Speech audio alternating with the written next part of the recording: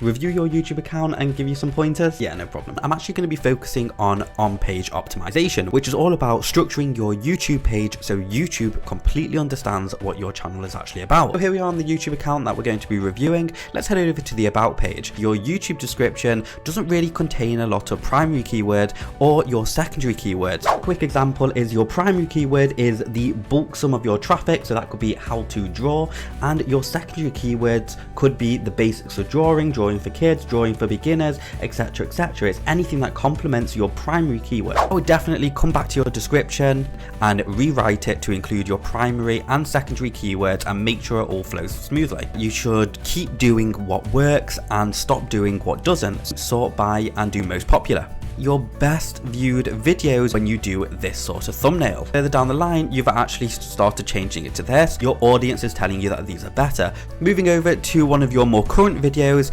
again, make sure that you include primary and secondary keywords in your description. And to the right, these are all of the keywords that you're trying to rank for in your video tags. Yet, when you compare that with your description and title, there's not many of these keywords included. What YouTube is seeing is that your keyword stuffing because it's not congruent with the rest of the information for this video. One more thing is you definitely want to start including timestamps in your video. Example of this is this video here. This is my video, the first on Google, and you can see that these are timestamps. When you include these, you own more Google real estate, and it's also a great way of getting more keywords into your video and also splitting it up and making it more convenient for your audience. Here are some analytics for one of my videos on my YouTube account. One of the biggest things that you want to pay attention to is your impressions versus your views. Look at how many impressions you're getting before you focus on the views. If you're getting a lot of impressions, it means that your video is being ranked and it is being seen on YouTube searches,